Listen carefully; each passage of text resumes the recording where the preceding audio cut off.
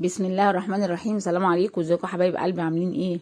كل سنه وانتم طيبين يا حبايبي، يا رب وفي احسن حال. ربنا يسعدكم ويرزقكم كل ما تتمنوه، ويرزق كل مشتاق الذريه الصالحه. وهفضل ادعي كده كل مشتاق يا رب بالذريه الصالحه يا رب، اللهم امين. ويشفي مرضانا ومرضى المسلمين ويرحم موتانا، اللهم امين يا رب. ويصلح حالنا جميعا وحال ولاد وحال شباب المسلمين جميعا. ربنا يصلح حال ولادنا جميعا كلهم ان شاء الله، ربنا يهديهم ويصلح حالهم. قولوا امين امين. انا بقول الكلام ده في الفيديو عشان عايزه كل اللي يسمع ايه يقول امين. ربنا ان شاء الله كده يتقبل مننا صالح الاعمال. يلا يا اولاد نعمل بقى بسكوت البرتقال. بصوا بسكوت البرتقال ده حلو قوي، هيعجبكم بجد قوي. قولوا رايكم فيه بقى ان شاء الله لما تعملوه. يلا يا حبيبي تعالوا نشوف الطريقه كده ونسمي الله ونشوف المقادير بتاعتنا كده، بسيطه جدا على فكره. يلا نتوكل على الله كده وايه ونعمل شويه بسكوت حلوين. يلا يا ولاد، بسم الله الرحمن الرحيم. هنا اول حاجه يا ولاد معايا هنا كوبايه ونص من السمن. تمام. عامله انا ايه بقى؟ عامله ميكس ما بين السمنه وما بين الزبده. عشان كتير قوي بيسالوني يا داليا طب ينفع نحط سمنه وزبده؟ يعني انا عندي مثلا زبده مش هتكفي فهكمل سمنه كده يعني. اقول لهم يقولوا ولا مش هيبقى ولا هيبقى مش مظبوط والكلام ده. فقلت لا انا هعمل عشان بصوا اهو تتاكدوا بنفسكم حبايبي. اهو عندك يا حبيبتي زبده وعايزه تكملي عليها سمنه، عندك سمنه وهتكملي عليها حته زبده تطعمي بيها، مفيش اي مشكله خالص. واعملي باي نوع سمنه يعجبك.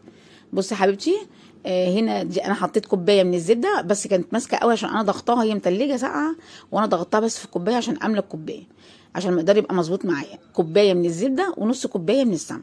وهنا يا حبايبي بصوا كوبايتين من سكر البودره. نزلت الكوبايه ودي التانيه.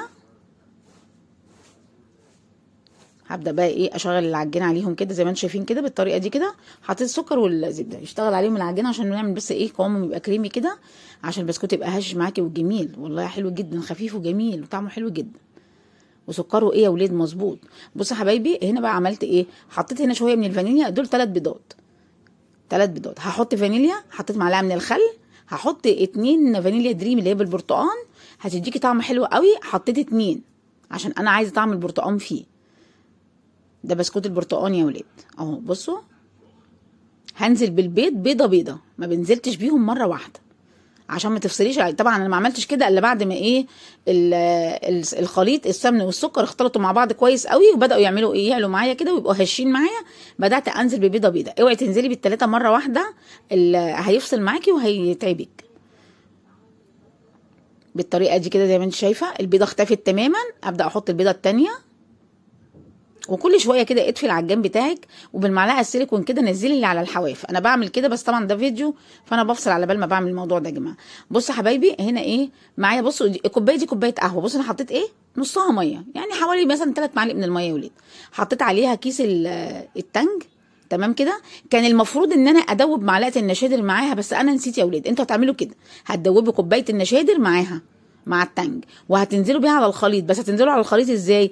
واحده واحده. انا بقى ما عملتش كده، نسيت النشادر. هتصرف دلوقتي وهقول لكم هعمل ايه عشان برضو تتعلموا من خطئي. اللي لو حصل معاكم كده تعرفي تتصرفي. ودي حبيبتي تشوفي هعمل ايه دلوقتي. طبعا بصوا انا بنزل واحده واحده، ما ينفعش انزل مره واحده. هفصل الخليط بتاعي. بصوا يا حبايبي اهو كمل ضرب. طبعا ايه بصي هنا بقى ايه معايا كيلو من الدقيق. خلاص احنا كده خلصنا المواد السائله كلها. كيلو من الدقيق، حطيت عليه معلقتين لبن بودر، حطيت عليه معلقتين كاستر، حطيت عليه اللي هو باكو كيك شيف. تمام. هنا بقى عملت ايه؟ الكوبايه اللي كان مكانها تنج حطيت فيها معلقه ميه وحطيت النشادر اهي. بصوا حبايبي اهي النشادر بدات تفور معايا اهي. بصوا لو النشادر ما فارتش معاكي كده، انا شلتها على طول عشان ما تفورش لان كوبايه صغيره. لو النشادر ما فارتش معاكي كده ارميها وهاتي غيرها عشان ما بوظش العجين بتاعي.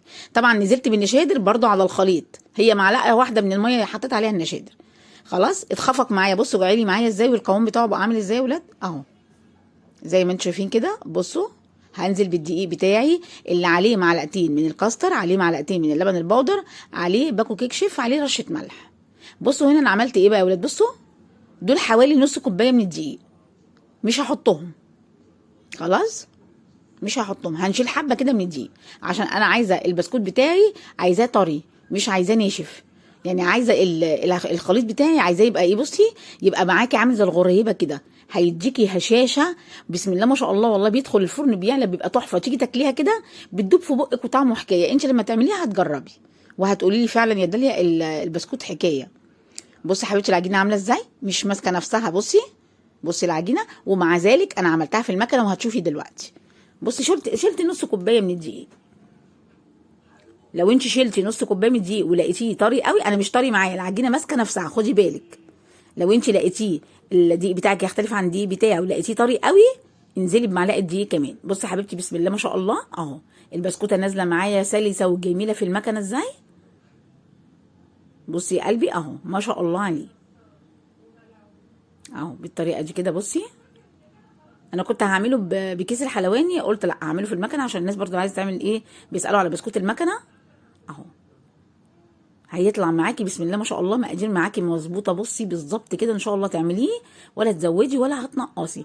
هتقولي لي حاطه كاستر ليه، طب لبن بودر ليه؟ لما تدوقي طعم البسكوت هتفهمي يا حبيبه قلبي.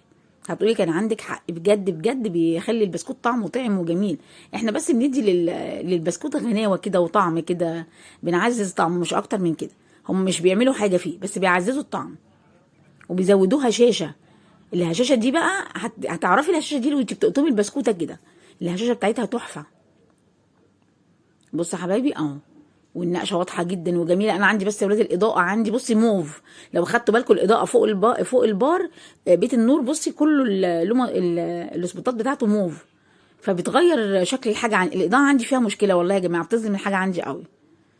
بصوا يا حبايبي اهو، طبعا انا بظبط بقى ايه بحرف السكينه، في بسكوته طويله في بسكوته قصيره، طبعا كل ده قبل ما ادخله الفرن بظبطه.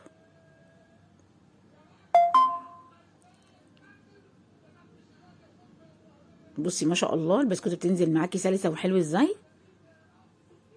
ما تحطيش الكيلو كله حبيبتي، شيلي منه حتى لو معلقتين 3. خلي عشان البسكوت لو مش عايزه تشيلي نص كوبايه شيلي معلقتين 3، عشان بس البسكوت بس ايه يبقى سلس معاكي كده. وبصي يدخل الفرن كده ينفش معاكي وبيبقى جميل. انا عامله ارق نقشه في البسكوت، لو تاخدوا بالكم يا جماعه، في نقشه بتبقى عاليه تخينه شويه كده انا ما بعملهاش، لان هو البسكوت لسه هيعلى معايا.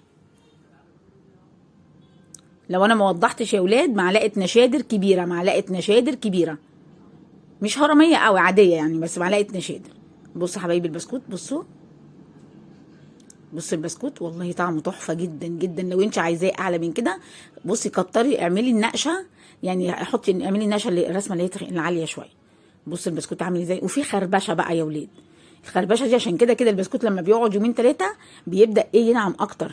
فايه اللي انا بعمله بقى، بصي الخربشه بيبقى محافظ على الخربشه بتاعته دي لحد اخر واحده. يلا حبايب قلبي جربوه واعملوها هيعجبكم قوي ان شاء الله، وتاكلوه بالف هنا وشفا. وربنا يبلغنا رمضان اعوام عديده، وكل سنه وانتم طيبين يا حبايب قلبي، وتاكلوه وانتم كده متهنيين واسعد الناس ان شاء الله يا رب العالمين. اللهم امين يا رب.